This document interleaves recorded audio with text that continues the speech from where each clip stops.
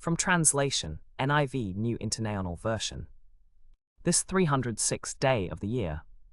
Today we are reading passages Luke 21 to 22.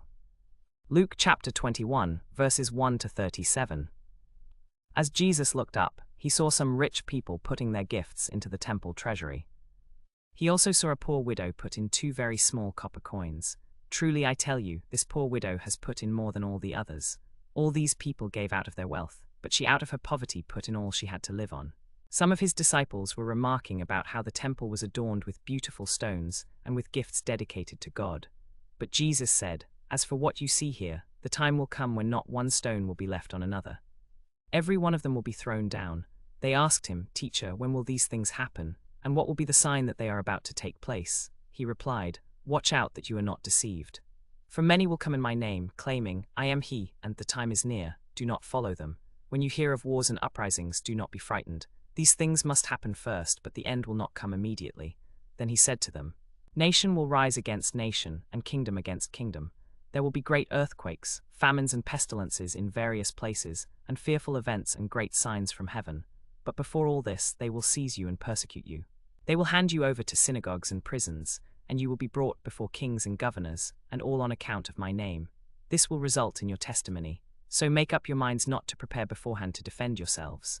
For I will give you words and wisdom that none of your adversaries will be able to resist or contradict.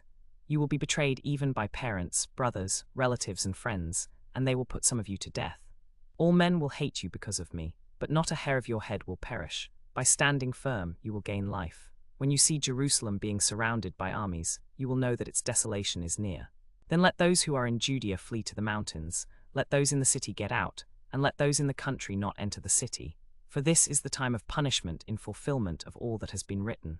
How dreadful it will be in those days for pregnant women and nursing mothers. There will be great distress in the land and wrath against this people. They will fall by the sword and will be taken as prisoners to all the nations. Jerusalem will be trampled on by the Gentiles until the times of the Gentiles are fulfilled. There will be signs in the sun, moon, and stars. On the earth, nations will be in anguish and perplexity at the roaring and tossing of the sea. Men will faint from terror, apprehensive of what is coming on the world, for the heavenly bodies will be shaken.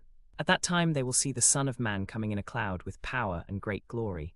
When these things begin to take place, stand up and lift up your heads, because your redemption is drawing near." He told them this parable. "Look at the fig tree and all the trees. When they sprout leaves, you can see for yourselves and know that summer is near. Even so, when you see these things happening, you know that the kingdom of God is near. Truly I tell you, this generation will certainly not pass away until all these things have happened. Heaven and earth will pass away, but my words will never pass away.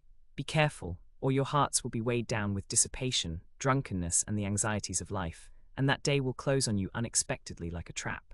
For it will come upon all those who live on the face of the whole earth. Always be on the watch, and pray that you may be able to escape all that is about to happen, and that you may be able to stand before the Son of Man." Each day Jesus was teaching in the temple courts, and each evening he went out to spend the night on the hill called the Mount of Olives, and all the people came early in the morning to hear him at the temple. Luke chapter 22, verses 1 to 71.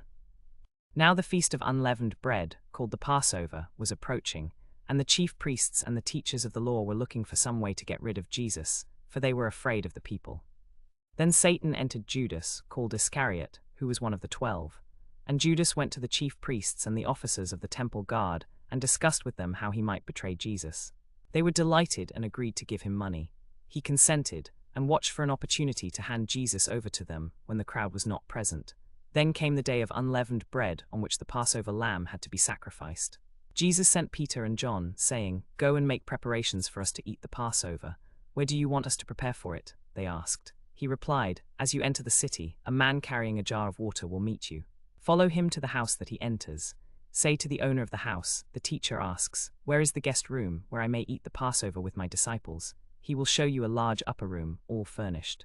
Make preparations there." They left and found things just as Jesus had told them. So they prepared the Passover. When the hour came, Jesus and his apostles reclined at the table. And he said to them, "I have eagerly desired to eat this Passover with you before I suffer. For I tell you, I will not eat it again until it finds fulfillment in the kingdom of God." After taking the cup, he gave thanks and said, "Take this and divide it among you. For I tell you, I will not drink again of the fruit of the vine until the kingdom of God comes." And he took bread, gave thanks and broke it, and gave it to them, saying, "This is my body given for you. Do this in remembrance of me." In the same way, after the supper he took the cup, saying, "This cup is the new covenant in my blood, which is poured out for you. But the hand of him who is going to betray me is with mine on the table. The Son of Man will go as it has been determined, but woe to that man who betrays him." They began to question among themselves which of them it might be who would do this. Also a dispute arose among them as to which of them was considered to be greatest.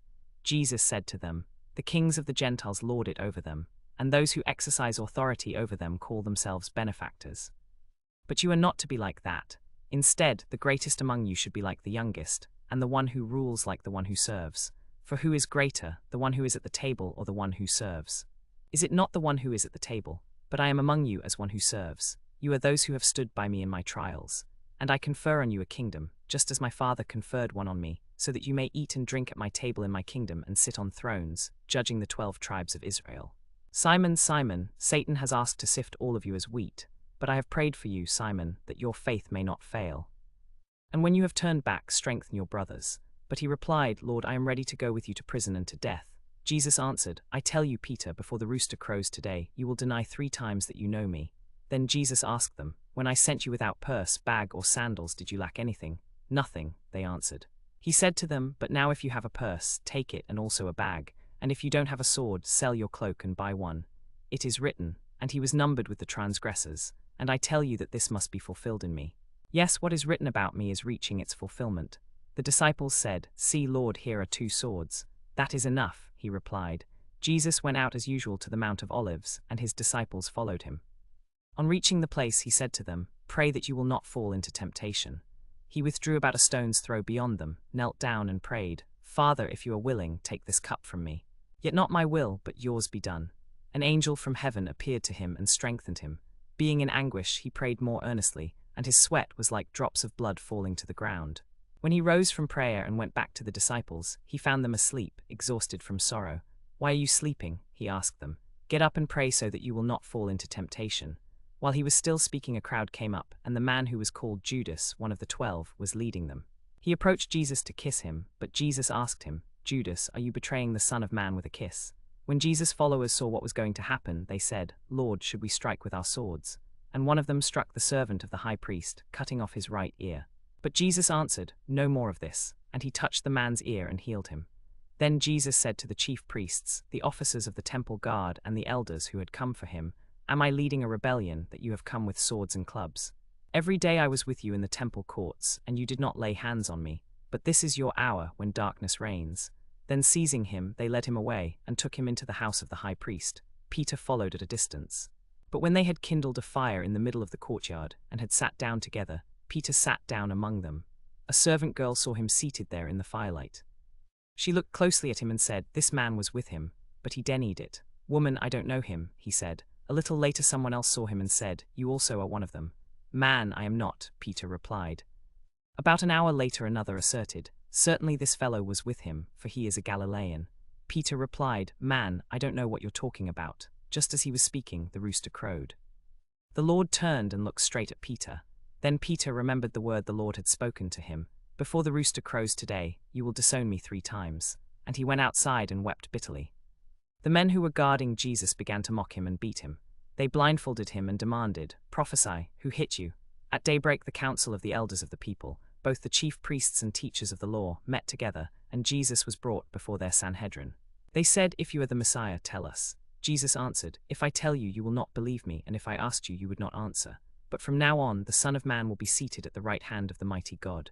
They all asked, "Are you then the Son of God?" He replied, "You are right in saying I am." They said, "Why do we need any more testimony? We have heard it from his own lips."